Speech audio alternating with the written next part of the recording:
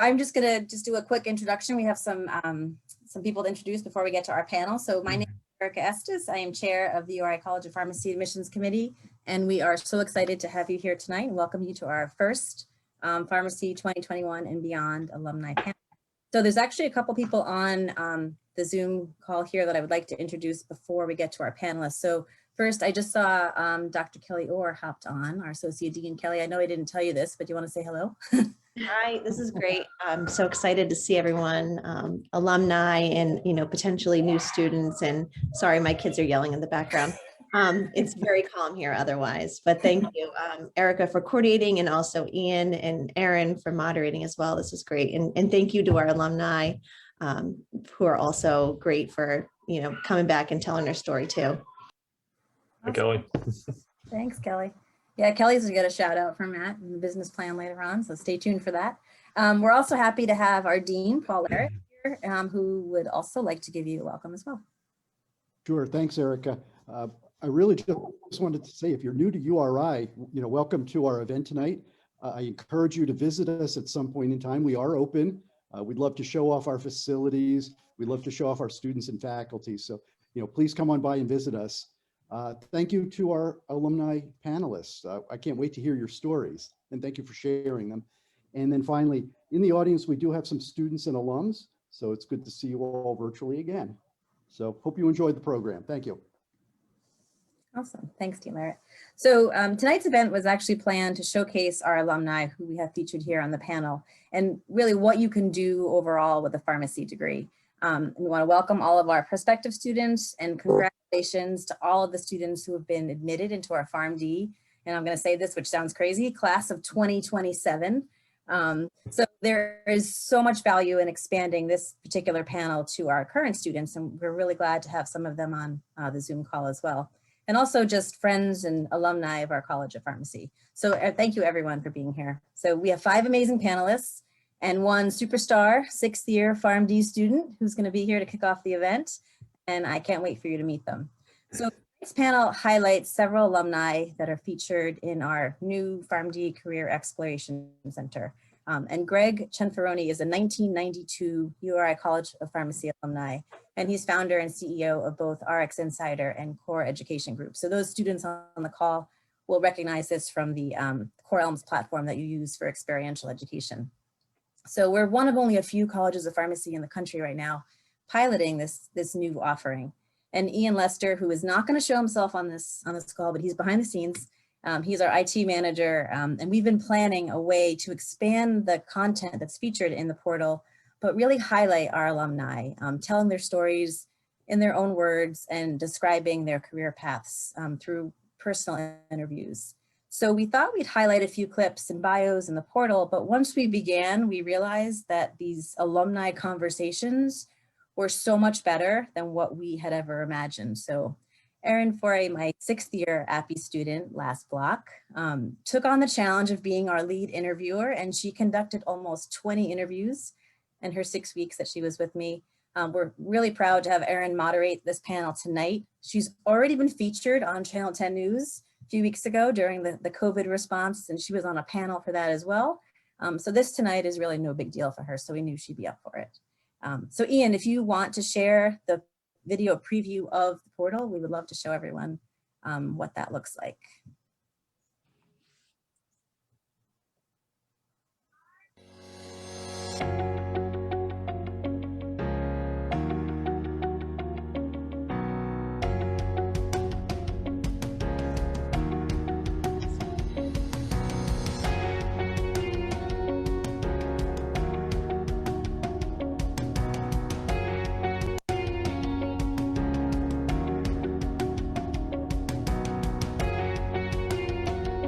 I was pretty excited to say I was the only practicing pharmacist on a whole continent.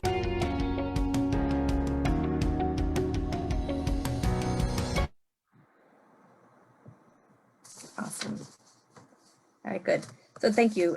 So that portal is available on our website. You'll be able to see it in our social media channels. And if you check on the website on the Visit Us section and scroll down to the bottom, you'll be able to access all of the content. So the interviews that we're featuring tonight are from that particular portal, and we're going to keep adding additional ones as time goes on. So keep that out. So what I would like to do now, housekeeping wise, is just before I flip it over to Erin, is just let you all know that we do have a lot more upcoming events, and we'll be posting some of those things in the chat. So for the students that are on, for the admitted students, be sure to check those things out as well. And we have Caitlin Burton, our P3 student, who's also on. You'll see her there. She'll give us a little wave, Caitlin. She'll be in the chat, also answering additional questions. So again, for the students that are on, if you have questions that you want to ask besides anything that's on the panel, anything else admissions related, feel free to type that in as well. And now I will turn it over to Erin to introduce herself and our panelists. Hey, so thank you for the introduction. My name is Erin Forey, and I am a P4 student currently on rotation. Well, I just finished my rotation with Dr. Estes a couple weeks ago, and now I'm on my ambulatory care rotation at the VA with Dr. Tavera. I work at Green Line Apothecary with one of the panelists that I'll be introducing soon. And after graduation this year, I'm going to be working for Walgreens. So I'm very excited to have that plan in place. So I am just going to start introducing our panelists. So Jill, did you want to go first? She is a long-term care pharmacist at PharMerica. My name is Jill Powers. I graduated in '89 and have been working in many different fields of pharmacy, most recently for PharMerica long-term care, and I'm happy to be part of this panel. All right, and Kylie? Hi, I'm Kylie Fogarty. I am a 2007 graduate from the College of Pharmacy. I worked for most of my career for the chain pharmacies, and for the past 2 years, I've been working at a local independent pharmacy, Green Line Apothecary, which Erin just mentioned, that we all absolutely love. And I'm also very happy to be included. Thank you, Erica. All right, and Anthony? Hi, everyone. My name is Anthony Giuliani. Originally grew up in Smithfield, Rhode Island. Graduated from URI in 2017. Did a year of postgraduate training at the VA down in West Haven, Connecticut. A second year of postgraduate training down in Hartford, Connecticut. And then I just found myself at Boston Medical Center, where I mainly manage patients who have diabetes, and really enjoying for the year and a half I've been there so far. Awesome. And Rebecca? Hey everyone, glad you're all here today. My name is Rebecca. I graduated from URI COP 2012. A kind of diverse career, but I'm here representing hospital pharmacy today. I've added it up. I think I've had 7 different jobs in the 9 years since I've graduated, but thankfully some of those have overlapped. And a lot of my career has been in Alaska or traveling with pharmacy. So I'm also going to share some info about that today. All right, and last but not least, we have Matt. Hi, everyone. I'm Matt Talbot. I graduated class of 2014. I own 2 pharmacies in Northern Maine. I've been in my family's, I'm the 5th generation pharmacist, so it's been in the family for quite a while, and purchased the pharmacies in 2019. And just, yeah, that's my story representing independent pharmacy. Awesome. Thank you, everyone. So I guess I'll just open up the floor, and whoever wants to talk about just a brief description of what your typical workday is like, and we can, whoever wants to start can just go for it. I think Rebecca should start. She has the most interesting one. I was going to say we should all look at Jill because you graduated first and you introduced first, but I'll go first if you all want me to. So I work in long-term care consulting, and currently with COVID, my job is a little bit different than what it is normally, although I'm still able to do the same amount of work, just a little bit differently like everybody else. And my day starts when the sun rises. The cool thing about working in a place that I just have a set amount of work to get done in a month is I can start whenever I want. Long-term care facilities are open 24/7. So I can go in really early, and if it's going to be a beautiful day, get out early and go for a walk and enjoy the day. And that can be good or bad because you can tend to work too many hours. So you have to try to get a good work-life balance. And sometimes it's my husband telling me, okay, that's enough. But It's always important. yes.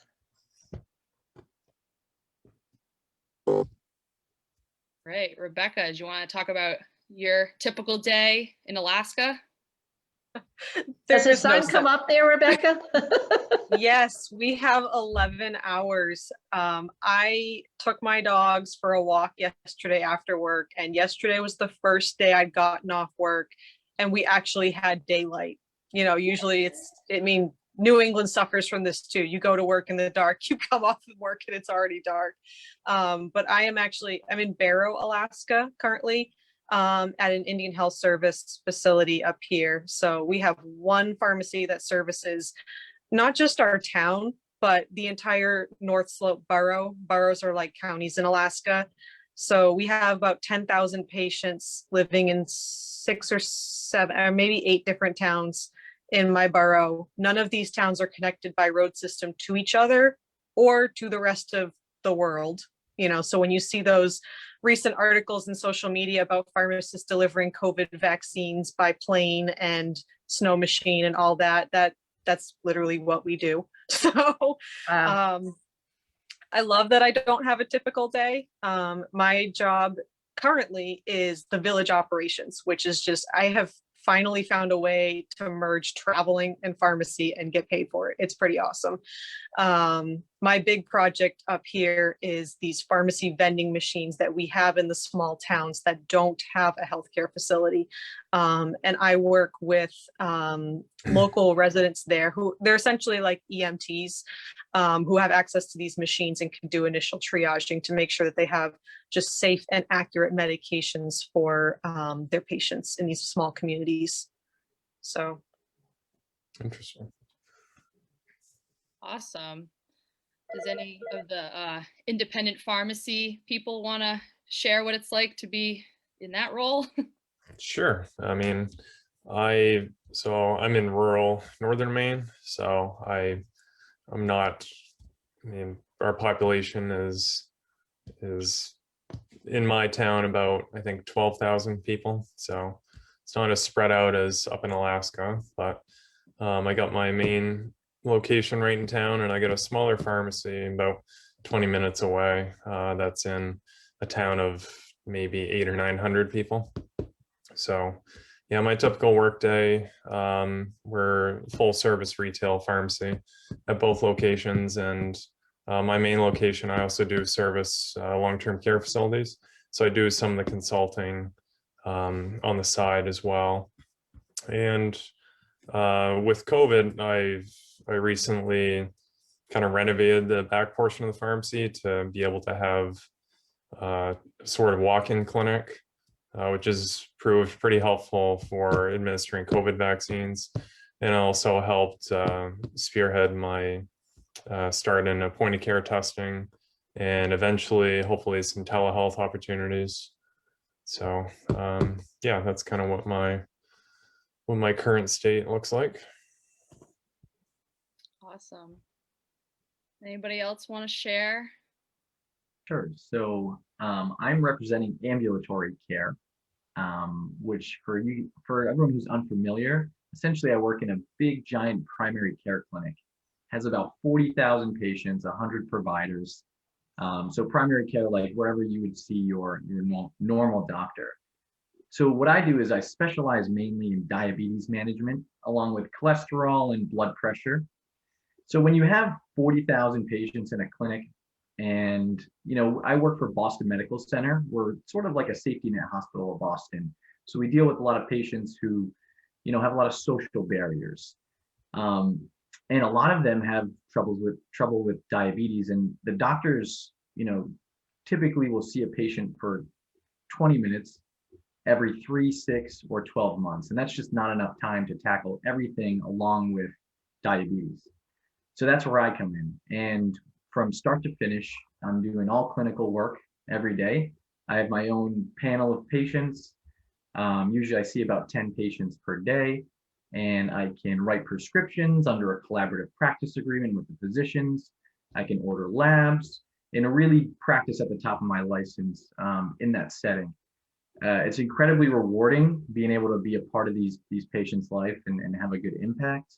But it's a really cool part of pharmacy that I didn't know existed probably until I was like 3 years into pharmacy school. So yeah, really different side of pharmacy. How long have they been doing that there though? Because like you just said, you didn't know it existed, but how long has that even been going on?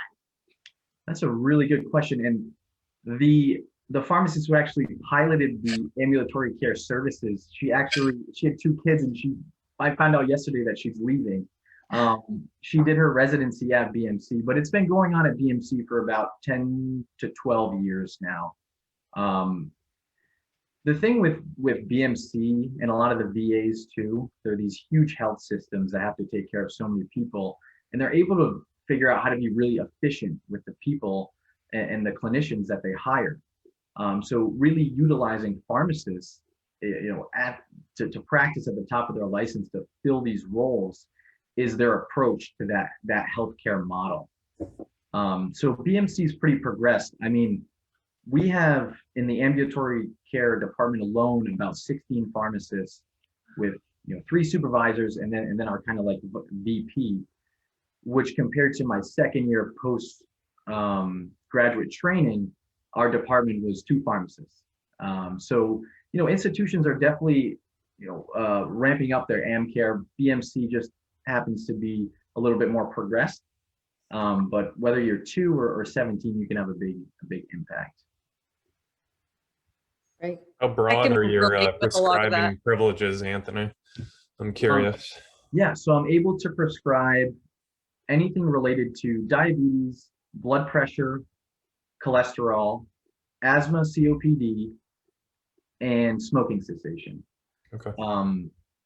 And we also have pharmacists as well that work in cardiology clinic, endocrinology clinic, rheumatology, and they sometimes have a scope of practice in that area as well.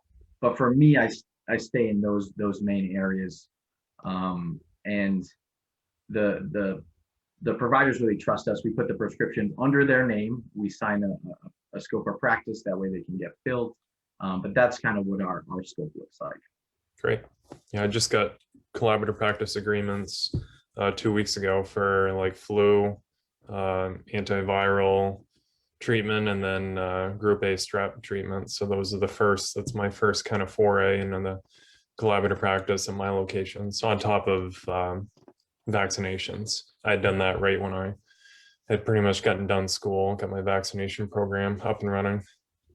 That's really cool. Was that difficult to do, Matt? Was there like a lot of red tape or a lot of obstacles you had to jump through? Not really.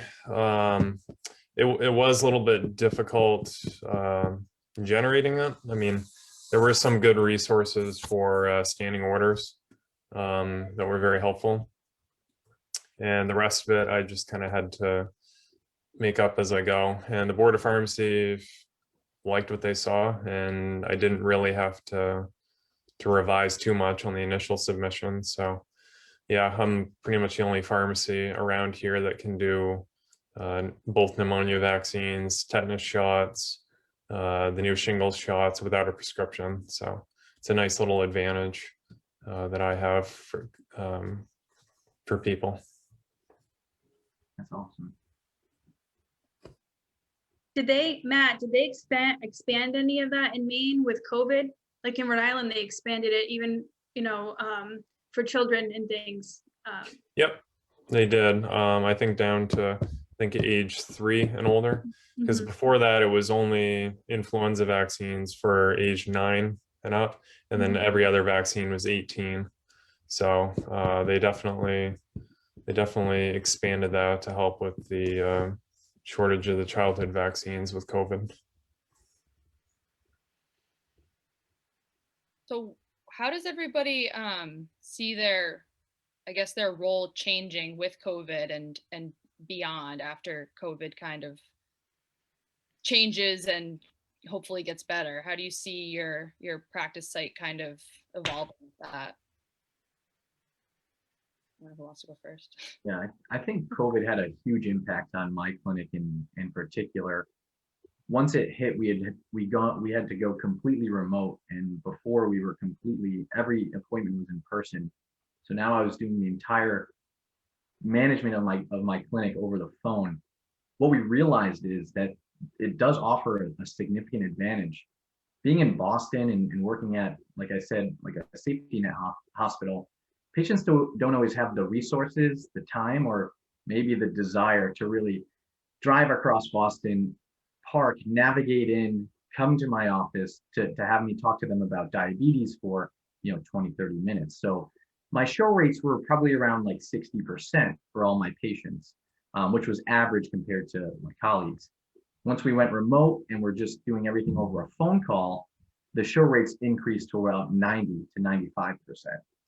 So what I would say is maybe a face-to-face visit compared to a telemedicine visit. Maybe the telemedicine visit is 80% as good as a face-to-face visit because there are some disadvantages.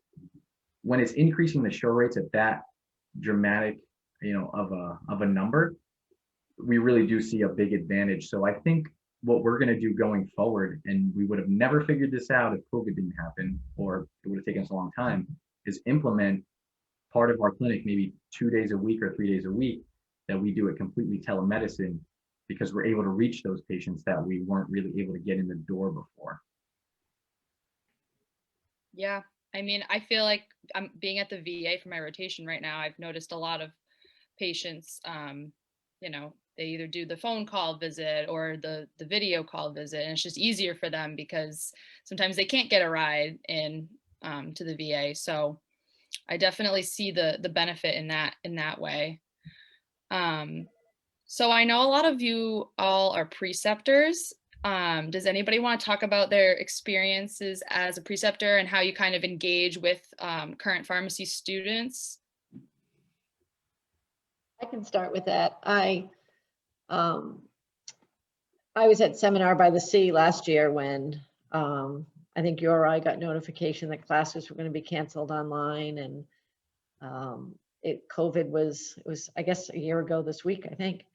And taking pharmacy students into facilities, nursing homes, when nursing homes were being hit hard was really hard. That was quite a challenge. We were able to work around that a little bit with some of the electronic medical records, but I was still going into the facilities. So we were having to do testing, which way back when it wasn't as convenient as it is today. But the students were great. They were so flexible, and I think they were just so happy to be having rotations and being able to get into to do something. And the facilities were really good about having them in. They've seen the value of having the students on site. And as soon as we could get them back in, we did. Sometimes it was make sure you have a test. Once we had vaccines, that made it a lot easier. And now CMS just released something today as far as visitation for our nursing home residents. So that also extends to us going into the facilities. So I really feel like we're going to be back to, as normal as you can get very soon. Hopefully next rotation, it'll be great. Jill, you make a really good point with saying, how hard it was for the students. And we have a student who works for us at Green Line and doesn't go to URI. She goes to another local school for pharmacy. And I felt so bad for her because she's in her 6th year as well. She's a P4 student. And out of her 6 rotations, 5 of them were remote.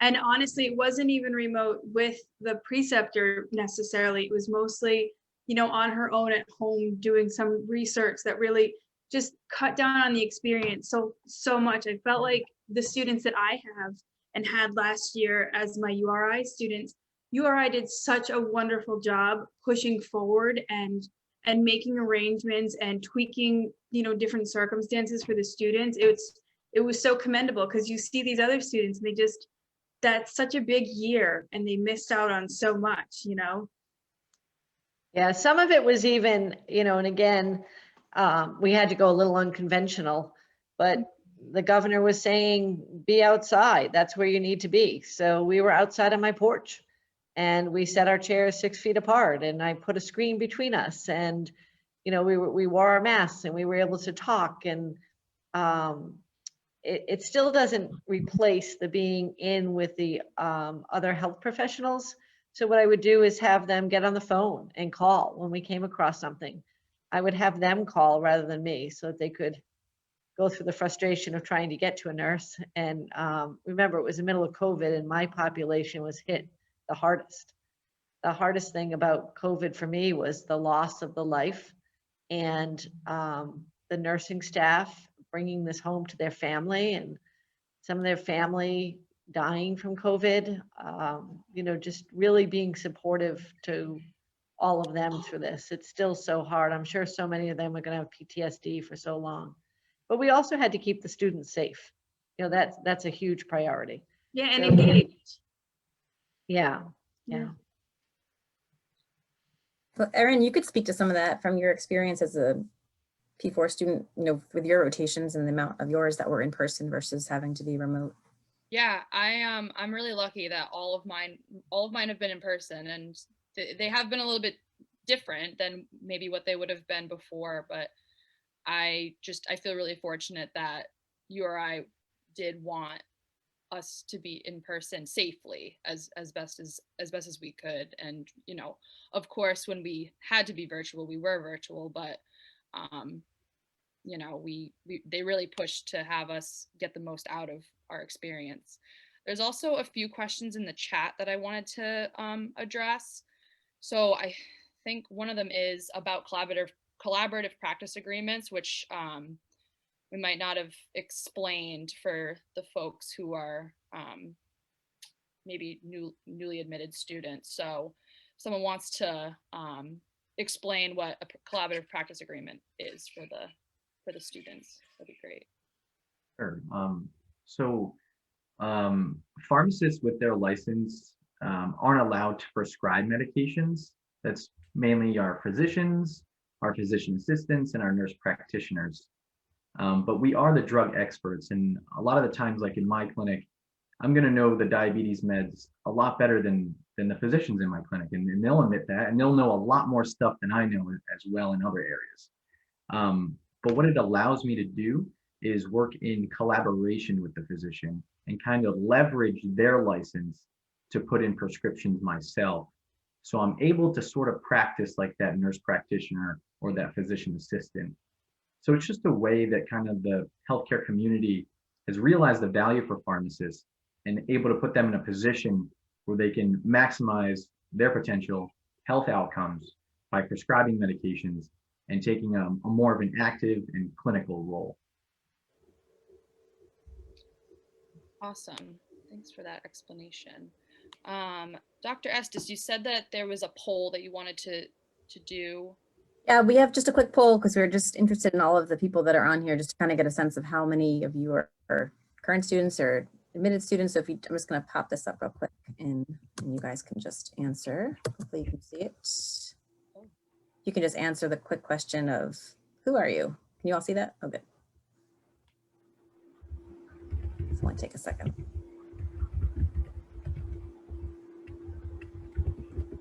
That's the one good thing about Zoom. It goes so much quicker than if we were in a room full of people asking them to raise their hands on that question. Yeah, exactly.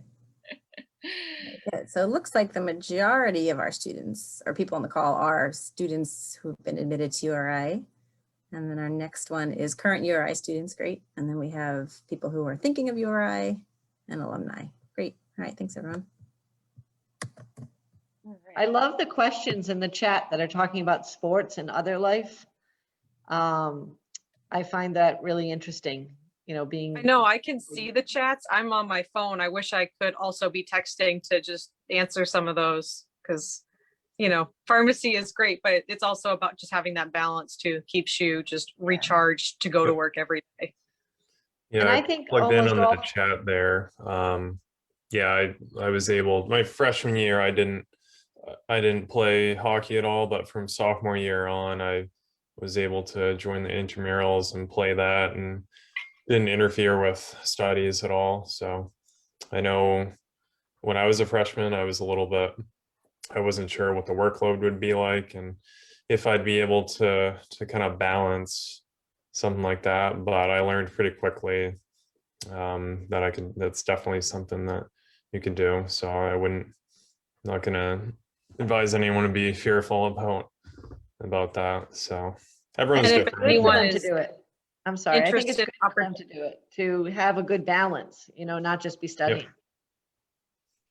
when I was at URI in my professional years, I did 2 semesters of sailing, which I also got credit for.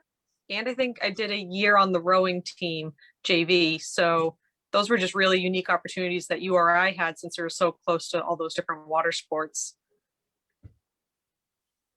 I was gonna say, I feel like I tried to get involved in pharmacy related activities, but I also tried to branch out and do some things that weren't pharmacy related, because it's nice to have a variety. I'm definitely glad that I was in some of the organizations that I was in through the College of Pharmacy, but I also got to be an RA, and I did an alternative spring break trip. So I definitely feel like I got the most out of my experience. But I know that even after graduation, we can be involved too. And I know that Kylie is a past RIPA president. So Nice segue. right? That was impressive. Yeah, I know. So if you want to talk about that. I am a past RIPA president. So I, like I said, graduated 2007. And I kind of felt like you went from being inundated in pharmacy and just kind of all you thought about, all you talked about, all your friends talked about, everything you did was just pharmacy. And then I graduated and I had my job. And I just felt like I was kind of just going from home to my job and then just going home and not really thinking about the world of pharmacy outside of that. And not really thinking about like the career that I thought it would be, just kind of doing the job. So I got involved in RIPA. I kind of just felt like I was missing the boat. Like I was just going through the motions. So yeah, I got involved in RIPA, and I'm still involved with the foundation. And it's just it's great networking. It's wonderful. There's actually so many URI professors that I know so much better now from there. And I strongly encourage that. And it actually makes me wish that I got involved more during school, but still appreciate what you've done after, but great segue. Thanks.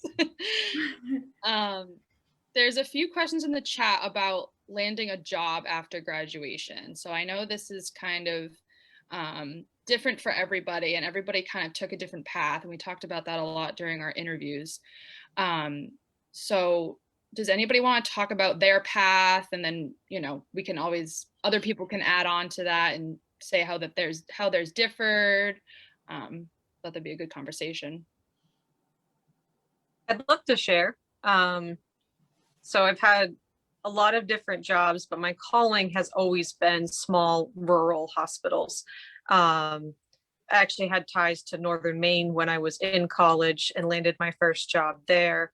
And then I was lucky enough to be chosen for the Dillingham, Alaska rotation, and made some connections in Alaska and just fell in love with Alaska and came back up here. And I've worked at a couple different small hospitals. I think this is about my 4th small hospital that I've worked at. And so being here representing as the hospital pharmacist for our panel, I never actually did a residency. And I think that small rural facilities, just in my personal experience, I know we've all had probably very positive experiences with our pharmacy careers, but they're just a great opportunity and kind of under-publicized for new graduates. We're a small staff here, but we have hired multiple new graduates since I've been up here who don't have a residency, offer awesome loan repayment options. And because we're a small 24-hour hospital and outpatient pharmacy, our new grads kind of do have to hit the ground running. So we definitely challenge them and they learn a lot. It's a steep learning curve, but it's also a fun work environment. So that's my plug for small pharmacy. And the topic of residency came up, so I thought that might be a good idea to explain what that is, and you know, kind of how people get to where they are. I know that Anthony did a PGY1 and a PGY2, so if you wanted to explain to the group what a residency is and kind of how to get involved with it and how to prepare for it when you're in school. Sure. So residency is something that's becoming more and more popular each year. Essentially what it is after you graduate after the 6 years, you can do 1 or 2 years of residency. And it's just extra postgraduate training that allows you to get more clinical experience. It's almost like so your last year of pharmacy school, your 6th year is all rotations. A residency is just, you're like that 6th year all over again, except a little bit on steroids, because you're a pharmacist and the workload's pretty tough. But it's just more experience, more learning, and being able to kind of diversify your clinical knowledge base, and allows you to see what else is out there. And then if you want, you can specialize and do a 2nd year residency as well. That's what I did because I knew the career path or the specialty I wanted to go into. In the job market, typically it'd give you a competitive advantage if you had 2 years of residency. These jobs are more integrated with direct patient care, more of a clinical focus, and you're typically working closer and more hand in hand with doctors, nurse practitioners, and physician assistants.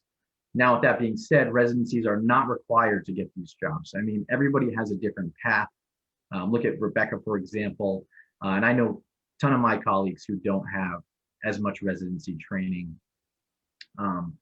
as I do. And overall, so I review residency applications now, but the best way to get prepared and be a competitive applicant when you're going for residency is to really get involved, join different groups, volunteer at different places, maybe try to do some research with one of the URI professors. That was one of the things that I felt was a major advantage that URI offered. There were a number of professors, 4 or 5 to be exact, that I went up to them and said, I want to do residency. And they said, okay, well, we're going to get you to write a journal for me this week. And we're going to get you to do this extracurricular. And we're going to push you in the right direction and set you up for success. And it was when they truly took up an interest in, I could realize that it was their passion and their job satisfaction to see us succeed. So I was appreciative I had them to push me along and help guide me through that process, because it's a very nerve-wracking process when you kind of, getting into the weeds of it. Yeah, and even though I didn't do the residency route, since independent pharmacy was something I wanted to do right from the get-go, I was able to network, and Dr. Kelly Orr, who's in the chat here or in the video, she and I were able to work together in school, and we were a part of the National Community Pharmacists Association, and she helped me a lot with a business plan that I ended up implementing in real life. So I can definitely vouch for the personal touch that a lot of the professors take with individual students, for sure. Yeah, I was in Dr. Orr's self-care class, and I also participated. I did the business plan project, and it's just something that you don't think about when you're in pharmacy school. You don't think about a business plan. And then we had this assignment, and I was kind of thrown off. I didn't know how to approach it. So I think it's just the faculty is just really supportive, and I can't say enough good things about it. So let's see in the chat, because there are quite a few questions. So I want to make sure that everybody gets. Aaron, there's actually a couple. Are there any questions there, Aaron, about independent pharmacy? I'd be happy to answer them now. I get to sign off a little bit early, unfortunately. Okay. I don't see any specific to independent. What were you saying, Caitlin? There's just there's a couple questions about like our pharmacists and their experiences at URI. So what activities were they involved in? What organizations did you do? It's not just in the College of Pharmacy, but also at URI as a whole. All right. Like I'd said before, National Community Pharmacists Association, I was the president of that. Played hockey for 4 years, and I also joined the Kappa Psi Pharmacy fraternity. That was an awesome networking opportunity to meet some of the other people in not just my class, but classes ahead of me and later on classes behind me. So I definitely enjoyed that part, the social aspect. That was behind me, Matt, for the picture. I swear that was one of the Kappa Psi took in your like Christmas sweaters. I swear it was right behind me. I was gonna like creepily show it. So yes, you were very involved with Kappa Psi. That was fun. Yeah, and I was for pharmacy wise, I was involved. I know I talked about non-pharmacy earlier, but I was and still am involved in Lambda Kappa Sigma, which is the other pharmacy fraternity, which I've loved because I got to know so many upperclassmen right away, and I just felt like I had a support system right from the beginning, and I felt like I could always ask them questions and always, you know, look to them for advice going through the years. And then I joined the Student Society of Health Systems Pharmacists. That was a few years in. I think I was probably a P1 at that point. A lot of focus on residency preparation, which was really awesome. And then just, you know, a couple other little things here and there. I always tried to stay pretty involved in the College of Pharmacy, volunteering here and there with certain things. So definitely a good idea to get involved as much as you can. When I was at URI, I didn't join Kappa Psi, and it's like one of my biggest regrets. I always like, what? Like, why didn't you go? Why didn't you just go do it? I always think about that. Like, figure that because of what Erin just said. You meet upperclassmen, you network, you get more comfortable. Such a great thing to do. So, yep, you maybe not do it.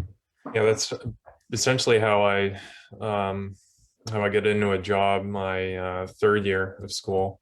One of the Kappa Psi brothers I'd met, who was I think a year ahead of me, had worked in an independent pharmacy in Newport, and he had just known my experience, and they were looking for a new intern. So Kevin was like, hey, I think it'd be an easy opportunity. You'd be able to slide right in. You're already familiar with a lot of aspects of their operations. So yeah, I was able to work there for a couple of years. And that was really important to me to be able to see how another operation ran, since I was so used to everything at my father's pharmacy when I was working, when I was home from break. So it's good to see things from a slightly different perspective in the independent side of things.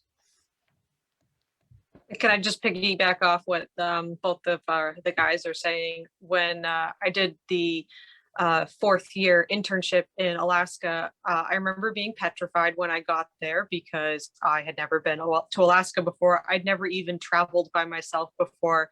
And I got a piece of advice that was, say yes to the first time you're invited to anything at least once. And so I ended up climbing mountains and, you know, learning how to snowshoe. I also ended up going to some Tupperware parties, but I mean, in the end, right, you meet people and connections, and, you know, you at least tried it once. So that's great life advice, not just for going to Alaska. That's great life advice.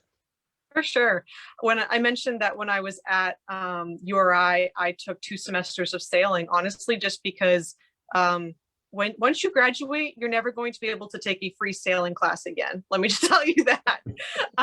And years later, I think it was about 6 years after I graduated, I was hired to be the contract pharmacist at Antarctica for a season. So the whole medical team, we met in Galveston, Texas, where the contracting company is based out of.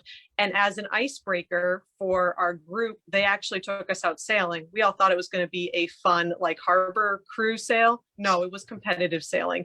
And I was actually able to bust out, oh, I've done this before. The University of Rhode Island taught me. So it made me look great because, I mean, I was the only pharmacist on the team. Everyone else was kind of an MD or some pretty well-rounded, respected people. So great opportunities inside and outside pharmacy at URI.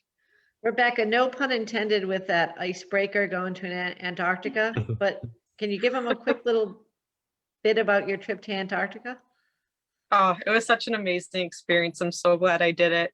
I found out about the job in Antarctica from actually reading a pharmacist blog. And this pharmacist, I mean, probably about 2 decades ago, went down to McMurdo Station in Antarctica to work as a janitor, just to get some life experience and see what happens on the southern continent. But through his blog, I found out who had the contract for the medical services at the US run bases in Antarctica. So it took me applying 3 times over the course of 6 years. It was kind of like my lottery ticket. I would just occasionally throw it out if I was at a point in my life where I could take 6 months off and go try an adventure. And the 3rd time was the charm. So I was stationed at McMurdo Station in Antarctica for about 6 months. And I got to be a pharmacist down there, which is pretty awesome. When you're the only pharmacist on a whole continent, you do have to wear a lot of hats, but you also have some very cool experiences. So a majority of my work was actually just inventory management. That's the value of having a pharmacist down there, is because they spend a lot of money to ship drugs down there once per year because of the difficulties of shipping drugs internationally to Antarctica. Most of the actual clinical work we did was really similar to like an urgent care facility. We didn't offer any maintenance medications. We expected everyone stationed there to supply that themselves. So we saw a lot of like upper respiratory infections, work-related injuries. Occasionally we did see a medevac, and we unfortunately did have 1 fatal code during my 6 months there. So the fact that I was well-rounded and I had worked hospital and outpatient, it definitely was an advantage down there. And then the social life outside of that was just amazing too. A job brought me to this place, but while I was there, I got to meet really cool people. They had science lectures every Sunday to explain why we even have people in Antarctica. So just because maybe a job, pharmacy brings you to a job site, or pharmacy brings you to Rhode Island for school, just don't forget to keep your eyes out for the other opportunities that are out there, whether it's going to be some, cool people that you meet, opportunities to do sports or join organizations. Just take advantage of it all. Very cool. Great advice. All right. Unfortunately, I need to sign off a little bit early. So as I had mentioned in the chat, if anyone has any questions about independent pharmacy route and some of my experiences at URI, definitely reach out to Dr. Estes and she can put you in contact with me. So Thanks, Matt. it's Thank good to you. see everyone. Thank you very much. Appreciate it. Have a good one. So I guess maybe we can just wrap it up with one piece of advice that you guys would give to an incoming pharmacy student or a current pharmacy student. Anything? I have a piece of advice that I give a lot of them now, and some people who are applying to pharmacy school. Be flexible. Always have a plan. You should always have a plan in life, but be flexible, because that plan can change. It probably will change. It may change often, but you should have a plan. Don't just let that plan go and say, now I don't know what's going to happen. Wait till you have a new plan and be up for change. I love that advice, Jill, because it's been a very hard year for plans with the pandemic and COVID. Yeah. And enjoy the ride.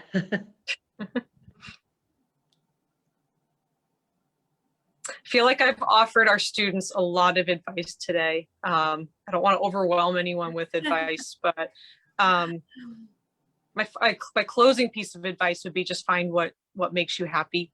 it's so cliche, like, you know, if you enjoy what you're doing, you don't work a day in your life. But I mean, there have been a few days that I'm literally sitting on a plane flying somewhere new, and it's like, well, you know, pharmacy is my ticket for this adventure.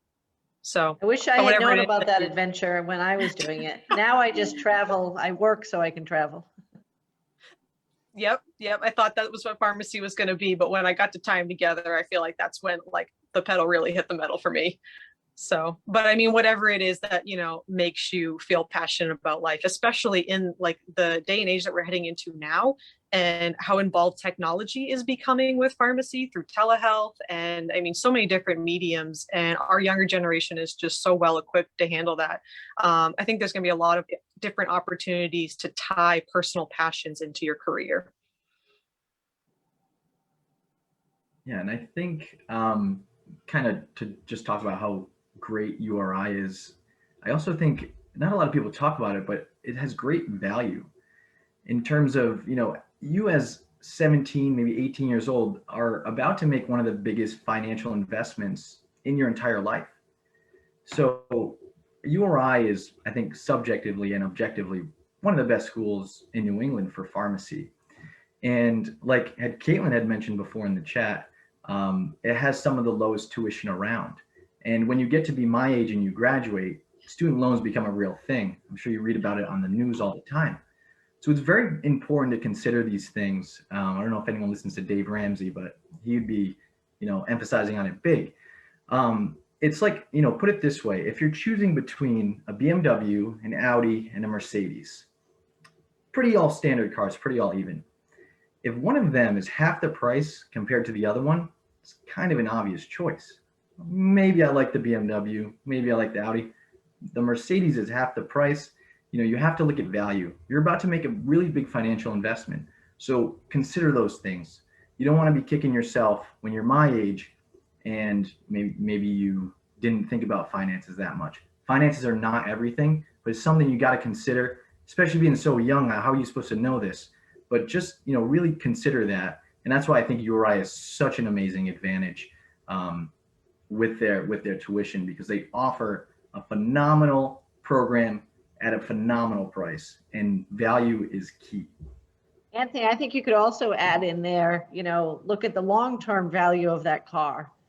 I work with people around the country in my job, and they are always talking about how they would hire URI students. I know sometimes it's hard to find jobs locally, but people who are on the West Coast, people who are out in Arizona, URI has such a great reputation. I actually have a friend who did not go to URI, went to another local college, and they will hire URI. She'll hire URI students before her college, you know, the people that went there. She just feels that the education, and I think a lot of it has to do with the rotations that they go through. They're just so well, a lot's required of you, and it's good for when you're out in the real world and URI is on your application. And I think it looks really good. There's actually a question in the chat from Lainey, it looks like, asking if anyone got any degrees after completing pharmacy URI. Dean Laird, I might put you on the spot a little bit. Talk about your journey, because you know you're sitting there, so you may as well kind of talk about and we do have multiple opportunities for degrees beyond the PharmD if you wanted to go on for a master's, for instance, or PhD and different types of things. So if you want to just quickly kind of address that. We actually have a couple of dual degrees. So if you're a business-y oriented person, we have a dual degree with the master's program in business. So you can get your PharmD and an MBA at the same time. We have an arrangement with Johnson & Wales for a physician assistant degree. So we have a few of those, plus many opportunities with the languages. If you want to serve somewhere in Europe, Italy, France, you can also get a language degree at the same time you're getting your PharmD. So yeah, the opportunities are there. And yeah, as I talk to the students at the beginning of their third year, I always tell them try everything, because there's so many avenues. It's a unique window of your life to really try things that you might not be comfortable with, and you might find something you like. So that's my little piece of advice.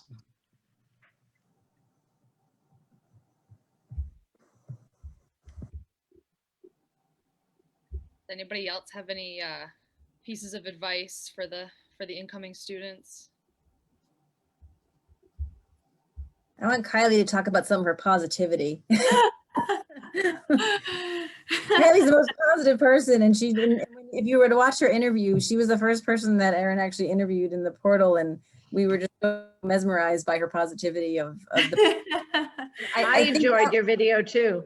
that was one, and that was one of the questions was about the future, you know, and looking ahead. So I would love for Kylie to kind of like. No, yeah, thank you. I love being a pharmacist. I love the career. I love my personal job. And I just think it's so important. And I always say this to my internships, and that is to just find what you love, because it might not necessarily be what I do. I know a lot of people would say like, oh, retail pharmacy, like they wouldn't want to do it for the rest of their life, but I'm, you know, sign me up. I love feeling like we're having a direct impact on people and the people that come in every single day that we chat with. And even like what Anthony had said, you know, the program that he's been involved with has been, you know, 10 or so years has been really going strong. But I graduated before that. So since I graduated, it has changed so much already. And to hear my amazing interns are all like, oh, ambulatory care. Those words weren't even said when I was in school. And so to see something like that explode, which is just so amazing for pharmacists, and just the opportunities are endless. And I'm so excited to see my interns when they graduate, what they're going to do. And the kids that are on this call right now, it's incredible the opportunities that you're going to have. And I can't even think of them because it's just, we're not even there yet. They're just going to be completely different than what we're doing now. And I just think it's so important, like, you know, so many of you have said, is just to be open and just to be excited. And it's not easy, but it's worth it. And you'll have to remind yourselves that often sometimes, but it really is, it's worth it. And I just think that URI set students up so well. They really, really set them up to be successful.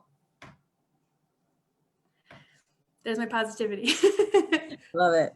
I often say this comment, and some of you may have heard it at the info session. I talk about the fact that we're preparing students for roles that don't even yet exist. And I think that's true, because it really does evolve while you're in school, beyond being in school. And the fact of trying to adjust our curriculum and adjust our experiential education to what's going to be there when you graduate is really what we're trying to do. We're lifelong learners. That's what they always say. Absolutely. So it's a little bit after 8. I did put in the chat the website for our Visit Us site, which has all of our upcoming events. For those of you that are looking for additional, we have one more panel on April 15th, which is another PharmD panel. We have another panel on March 30th, which is a BSPS, more focused panel as well. So for any students on this call that are not particularly pursuing the PharmD area, then we have that one as well. So check out those events and reach out with any questions. And a huge thank you to Erin for moderating our panel, and all of our alumni. Thank you very much. And Dean Larrett and Dean Orr for being on the call. Caitlin, for you all were keeping her very busy in that chat with those questions. She was just firing them away. So many good questions. Lots of questions, yeah. Yeah. But they're great. We love the questions. So please keep them coming, and also reach out to us if you have any further ones too. Yeah, and for those of you that are in the Admitted Students Facebook group, our PharmD group, and our VSPS group, feel free to reach out to any of us that way as well. We're all involved in that too. So we look forward to hearing from you. So thanks, everyone. Great night. Have a great night.